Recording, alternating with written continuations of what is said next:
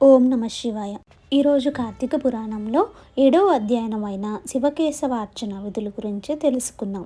వశిష్ఠుల వారు జనకునికి ఇంకను ఇట్లా బోధించితిరి. రాజా, కార్తీక మాసము గురించి దాని మహత్యం గురించి ఎంత విన్నా కూడా తనివి తీరదు.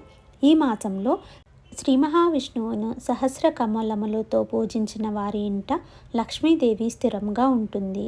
తులసి దళములతో కానీ బిల్వ పత్రములతో కానీ సహస్ర పూజ చేసిన వారికి జన్మరాహిత్యం కలుగును. కార్తీక మాసమందు ఉసిరి చెట్టు కింద సాలగ్రామముంచి భక్తితో పూజించిన ఎడల వారికి కలుగు మోక్షము అంతా ఇంత కాదు. అటులని బ్రాహ్మణులకు కూడా ఉసిరి చెట్టు కింద భోజనం పెట్టి తాను తినిన సర్వ పాపములు పోవును. ఈ విధంగా కార్తీక స్నానములు దీపారాధనలు చేయలేని వారు ఉదయం సాయంకాలం ఏ గుడికైనను వెళ్ళి భక్తితో సాష్టాంగ నమస్కారం చేసిన ఎడల వారి పాపములు నశించును. సంపత్తి గలవారు శివకేశవుల ఆలయములకు వెళ్ళి భక్తితో దేవతార్చన హోమాదులు దాన ధర్మాలు చేసినచో అశ్వమేధము చేసినంత ఫలము దక్కుటే కాక వారి పితృదేవతలకు కూడా వైకుంఠం ప్రాప్తి కలుగుతుంది. శివాలయమున కానీ విష్ణాలయమున కానీ జెండా ప్రతిష్ఠించినచో యమకింకురులకు దగ్గరకు కూడా రాలేరు సరికదా. పెనుగాలికి ఏ విధంగా ధూళి రాసులు ఎగిరిపోతాయో అలాగే కోటి పాపాలైనా కూడా పటాపంచలైపోతాయి. ఈ కార్తీక మాసంలో తులసి చెట్టు వద్ద ఆవు పేడతో అలికి వరిపిండితో శంకుచక్ర ఆకారములు ముగ్గులు పెట్టి నువ్వులు ధాన్యము పోసి వానిపై ప్రమిది ఉంచి నిండా నువ్వుల నూనె పోసి వత్తిని వేసి వెలిగించవలెను.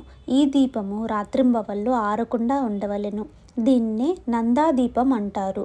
ఈ విధంగా చేసి నైవేద్యం పెట్టి కార్తీక పురాణం చదివిన ఎడల హరిహరులు సంతసించి కైవల్యం పొందెరు.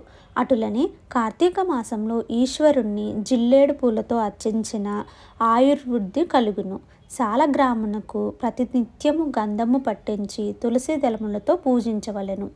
ఏ మానవుడు ధనబలము కలిగి కార్తీక మాసమందు పూజలు సలపడో ఆ మానవుడు మరుజన్మలో సునకమై తిండి దొరకక ఇంటింట తిరిగి కర్రలతో దెబ్బలు తింటూ నీచ స్థానంలో ఉంటాడు.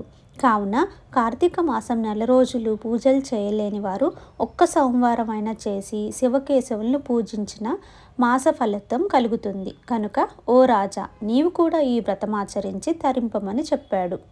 నమ శివాభ్యాం నవయవనాభ్యాం పరస్పరాశ్లిష్ట వపుర్ధరాభ్యాం నాగేంద్ర కన్యా వృషకేతనాభ్యాం నమో నమ శంకర పార్వతీభ్యాం.